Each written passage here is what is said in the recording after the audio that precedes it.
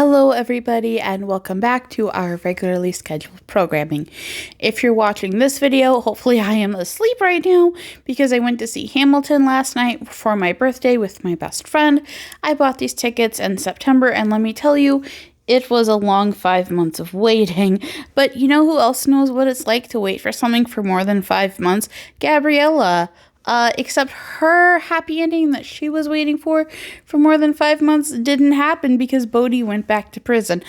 But that's something that I'm going to be talking about in a later video in this series. I'm not here to talk about Bodhiella right now. Oh, okay, I will be talking about Bodhiella in this video, but not right now. In my Sharon video way back in December, I talked about the fact that I think that Eve and Sharon both tend to get less sexism than what one might typically expect from a show that's being discussed on Reddit. That's because, well, it seems for some reason all of the sexism gets lumped onto Gabriela. If I'm being very honest, there are basically two reasons that people talk about Gabriela on Reddit, and neither is good. On the one hand, you have the hardcore Bodhiella shippers who want her to come back so they can be together. On the other hand, you have the very hardcore anti-Gabs people who just absolutely hate this woman for seemingly no reason. There is reason. The reason seems to be the fact that she is a woman. Throughout this video essay series, I have taken great lengths to not just make women's videos about the men in their life. It was very hard with Sharon because she is literally the most competent person in the room. With this video, I want to do the same, but it's very hard to talk about Gabriela without talking about Bodhi or, Jake, since this is a season 1 essay, but I'm going to try my hardest. I promise that I will talk about Bodhi and Gabriela in the second half of this video, just like I did with my Eve video. But like with Eve, Gabriela is a woman who has her own damn career goals, and I want to talk about that first. Also, no, I will not be talking about Manny in this video. Again, this is part of the idea that I don't talk about abuse in the video essay of the victim, except for Bodhi. I talk about it in the essay of the abuser, and that's next week. While Eve seems to be content with her life and finding her next reasonable career move, Gabriela knows exactly what she wants basically from day one. As early as the first episode, actually as early as the first scene she speaks in, she makes it clear that she doesn't want to be an Olympian diver anymore. All the men around her insist it's because she had a bad dive. Gabriela, though, says that she just has gotten to the point where her career is over. She doesn't know where it is she wants to go, but she does know she doesn't want to go back to Florida. She ends up cutting line in the pilot, which Manny taught her to do with his hypervigilance. Then, in the second episode, we see her fight a fire with a glorified garden hose with Bodhi. There's so much to say about this scene, but I'm going to wait until next week. She is an official member of CAL FIRE by the third episode of season 1, which is called Where There's Smoke, and we get a good scene of Eve lifting Gabriela up with the mantra slow is steady, steady is fast. The next episode is 1 week later, and it's the week where all the cadets are being trained by Sharon. Again, I have a lot of things to say about this episode, but you're going to have to wait until Manny's video, which will be next week. What you really need to know is that Sharon spends an entire episode testing whether or not Gabriela really wants to be in CAL FIRE in a way that Gabriela calls hazing, but over on Reddit, CAL FIRE Chief Durham says is not actually hazing. At the end of the episode, Manny admits that he doesn't want Gabriela to become CAL FIRE, and she storms off without the food. Then she calls Bodhi to cry about it. Oh, Bodhiella, I miss this part of you. Gabs may have seemed like the least favorite probie in Work Don't Worry, but by the very next episode, she is Vince's favorite probie, with Vince calling her a natural. Jake starts acting weird towards her at work, and Vince tells Jake to get over it because she's one of them now. Also, earlier in the episode, she was super excited when he gave his cool people are firefighters, boring people are administrators speech. Jake gets put in charge in like old times, and Gabs finally gets Manny's respect when she goes to help anchor the line that is supporting Bodhi, Jake, Eve, and the patient. Then, in Happy to Help, Vince takes Gabriela with him on a search of the brewery, which she gets super excited about. She and Jake also get paired up to search for the patient Wes Brooks, and she comes up with the idea for them to buddy breathe off of one cylinder. I would say that bad guy Gabs is really just integrated into Cal Fire.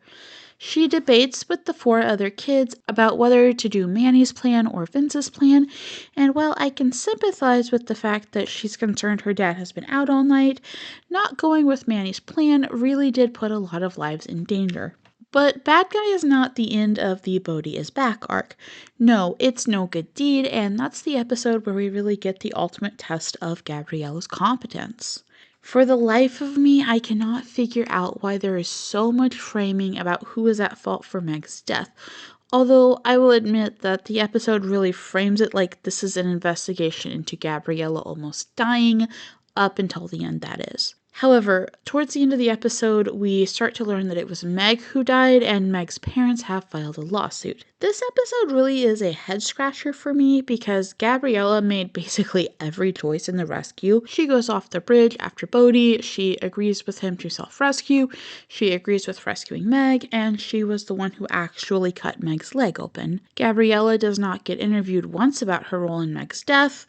In the end, Bodhi nearly takes the fall, Vince gets him out of it, and Gabriela goes home to Jake's house. Get Your Hopes Up opens the second arc of season 1, and while Gabriela is definitely still considered a probie, by the time we get around to Two Pink Lines, she is leading Colin as kind of a senior probie. She isn't leading any classes, but she sure as heck is considered to be the more responsible of the two when Colin nearly knocks over a boulder that nearly takes out half of 3 Rock. While Colin, I suppose, very technically is still a member of Station 42 in Affair to Remember, Gabriela's main focus in this episode is on her anxiety about treating another patient since Meg died. Initially, she tries to get out of working on the triage tent, and Sharon yells at her for not obeying orders. After a discussion, Sharon says that Gabriela can take all the time she needs to regain her confidence, but Gabs ends up having to save a child who was going to die without her help since Bodhi and Rebecca don't have medic skills. Gabs shows off her medic skills again in False Promises. While this episode is primarily about Sharon's kidney donation failing and Rebecca dying, it's worth talking about what I'm going to tentatively call the C-plot. Manny has taken a second job on a ship, and Gabriela spends much of the episode talking about how he shouldn't be a deckhand. She uses her Spanish-speaking skills to communicate with the patient. Frankly, this is an underutilized skill, and the only other time we see it that I can remember is in the season 3 episode, I'm the One Who Just Goes Away. In addition to her just girl bossing it up in this arc, Gabriela has a huge plot thread with Manny about his gambling and their past. That really comes to a head in My Kinda Leader. Vince and the kids, sans Bodhi, go to evacuate the prison in Drake County. While there, the crew meet a little girl named Julia, who is there visiting her father Randy in prison. Julia and her mom, who apparently is just called Mom in the credits, refuse to leave until the inmates are evacuated. In the end of the episode, when Vince is able to call off the gang war, Gabs reassures Julia that her dad is safe, but she has to take care of herself, not just worry about her dad. So after stripping out all of the Bodiella and Manny moments, this is Gabriela in a nutshell. She has a full arc that has nothing to do with the men in her life, except, I suppose, Vince, sure. But really, if her immediate supervisor was Sharon, I think it was proved pretty well in Work Don't Worry that she would be just as concerned about having Sharon's full approval. I think it's fun that, just like with Eve, Gabriela has this great work arc. They're both trying to find the next step, but while Eve is trying to put out feelers for what that next step might be, Gabriela knows from the beginning that she wants to be in Cal Fire. She also wants to impress basically everybody, including a brand new Roby. I like that these are both young women who have similarly themed arcs, in very different ways. While Eve struggles with finding a job that's the right fit, Gabriela's career journey doesn't just go in a linear fashion. She does lose two patients, Wes Brooks in Happy to Help and Meg in No Good Deed. While these losses do happen in the Bodhi is Back arc, we can see that she's already starting to be relied upon in the Kidney arc. She isn't technically training Colin, but she does seem to be paired up with him quite a bit. She is essentially in the role of like a senior resident and seems to be shepherding him around. We see her take responsibility when he makes mistakes, and Vince also clearly expects a lot from her, as seen when he's mad for her not paying attention and allegedly causing a boulder to fall on 3 Rock. Also, aside from her confidence, we also see her resiliency on full display. And I know I said I wasn't going to talk about Manny in this video, but Manny treats her terribly when she fights the fire in Fresh Prince. Yet she is laying in bed with Jake talking about how much she loved it. Sharon is just objectively terrible to her in Work Don't Worry, and while she does cry, she impresses Sharon enough that Sharon tells Manny that Gabs is as resilient as he is. 2 episodes later, she watches Eve fall off of a helicopter rope, yet still manages to be the person that secures a different rope and saves everybody's life. It's not just the viewer who sees her resilience. This is something that is noticed in universe. Look at her conversation with the business owner in Get Your Hopes Up. The business owner remarks on Gabriela being brave, not because she was an Olympian diver, but because she was willing to start again. And not to spoil the drugs at camp arc, but we literally find out that Gabriela started again twice. First with leaving Kevin to pursue a life in Edgewater as the Golden Girl, and now being comfortably part of CAL FIRE and settling into a life with Bodhi. You know what? Speaking of our leading man, I suppose that it's about time that I talk about Bodiella. But I suppose it's relevant to just go beat by beat through this romance because it really is sweet and I love it, even more than I love the Luke and Sharon stuff. You see, I don't know about you, but like, as I watch season 2 and season 3, Bodiella just gets more and more toxic, and it's really easy for me to be like, geez, why is everyone rooting for these people? But when I go back and I watch the season 1 stuff, I remember how sweet of a relationship it was. They both get toxic, by the way. This is not a Bodhi issue or a Gabs issue, but really during these first 16 episodes of season 1, I think that they are just a very sweet couple. And like every single sweet couple, Bodhi and Gabriela start with her pulling her gun on him in the middle of the night when he was trying to fix her car. To be fair, he was escaping prison and she did report this escape attempt to her father. An episode later, the two of them fight a fire together for the first time using a garden hose and discover they both have shitty dads. Of course, it's important to add that Gabriela will eventually come to see Vince as someone she looks up to, as I detailed earlier. Bodhi does tell Manny that he's a shitty person, but eventually he backs off. In Work Don't Worry, Bodhi encourages Gabriela, saying that the only reason Sharon would take Gabs under her wing is because Sharon believes in her. This gives Gabs the strength to push through Sharon's sexism, and she ends the day with Sharon admitting that Manny wanted Sharon to see if Gabs actually wanted this. Bodhi is a safe place for her to cry about it in a way that really makes you see why she was never going to end up with Jake. The visible crack between Jake and Gabs comes an episode later in Get Some Be Safe. At the top of the episode, Jake answers a call from Bodhi and declines it. When Manny goes after Gabs for asking a question on her first day, Jake takes Manny's side in public but calls him out in private. Jake is upset about Bodhi and Gabriela talking, but Vince misreads this as him not liking that Gabs is CAL FIRE, and Vince tells him to get over it. This is also the episode where Jake gives Gabs the St. Florian pin, which, yes, is the pin that Gabs gives Bodhi in the season 4 opener. This is also the episode where Bodhi has spicy dreams about Gabriela. At the top of Like Old Times, Bodhi calls Jake to say that he and Gabs are just friends. However, Bodhi changes his mind on that because he values his friendship with Jake more than his friendship with Gabriela, so he breaks up with Gabriela, or should we say, pushes him away. They don't see each other in Happy to Help, and while they do talk a bit in Bad Guy, it's all work-related.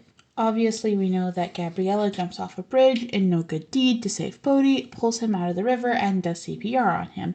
When they stumble on Meg, she calls them a couple. Bodhi says they're friends, and Gabriela says they're just co-workers. By the end of the episode, when she almost dies, Bodhi promises to call her every day and check on her. The whole calling the hospital every day thing does not sit well with Jake, who is continuing to be a green-eyed monster about his right to Gabrielle's attention. He tries to break up with her at the end of No Good Deed, and then an episode later in Get Your Hopes Up, she breaks up with him. In Mama Bear, when Bodhi chases down a guy for threatening Sharon's life, Gabs starts icing him out until the end of Two Pink Lines. In that episode, Freddie tells Bodhi to go in the laundry shack where Gabriela is waiting to talk, and they make out to a very sexy rendition of Ring of Fire.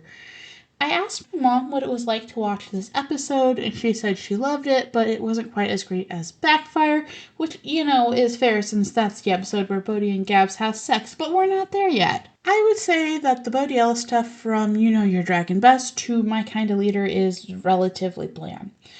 She spends a lot of her time with Colin, and this is really when Bodhi is having drama with Rebecca. In You Know Your Dragon Best, Gabriela tells him he needs to do good times so that when he gets out they can be normal. She heads up the birthday brigade looking for a cake so they can celebrate with him, and in the end, they go to see him with rotisserie chicken. In A Fair to Remember, he breaks up with Rebecca because he's official-ish now with Gabs. Finally, in False Promises, Gabriela comes to see Bodhi after Rebecca has died. There's a great scene wherein Bodhi thinks Cashin is about to punish him, but actually Cashin lets Bodhi go off on him. I would say Gabriela's relationship with Bodhi gets maybe the least amount of attention in the episode My Kinda Leader. As I'm writing this essay, I think this episode explains why Gabriela is so strict about Bodhi getting out of prison and not going back. She knows what it's like to have been Julia, and she does not want to be the mom, taking her child to the prison because her father is locked up. This is all that we're going to get out of Bodhi and Gabs' relationship. Indeed, there's so much focus on it during that Drugs at Camp arc. It's going to be something that I track across all three of those videos, but My Kinda Leader has been where I've been stopping these video essays. Whenever I start to feel like Bodhi and Gabriela are a toxic pair for each other, and that literally any other partner would be better for them, I really like to go back to season 1 and remember what it was like when it was sweet and new. They have a genuine connection written in friendship that reads so much like a demisexual relationship maturing into its own.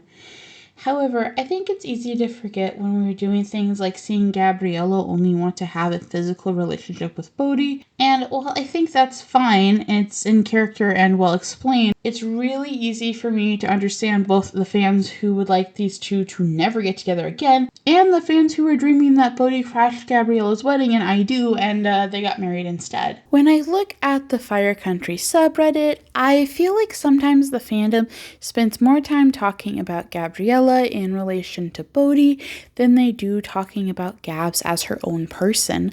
I'm trying really hard to not have this big long rant about feminism and misogyny in this video. However, I don't know about any of you, but I have very strong memories of Screen Rant talking about how writing Gabriela out proves that the writers never saw her as anything other than Bodhi's love interest. However, I actually think it's nice that Gabriela gets to go off and have career development without Bodhi there. It's so often that Gabriela gets boiled down to being just Bodhi's love interest in a way that I'm going to have like an entire rant about when I do season 2. Actually, I need to tell ChatGPT to put that video essay on my season 2 list, which is almost done. I hope that this video gave you something to look forward to since Fire Country is coming back next week. Honestly, it's been a long time without Gabriela or Vince.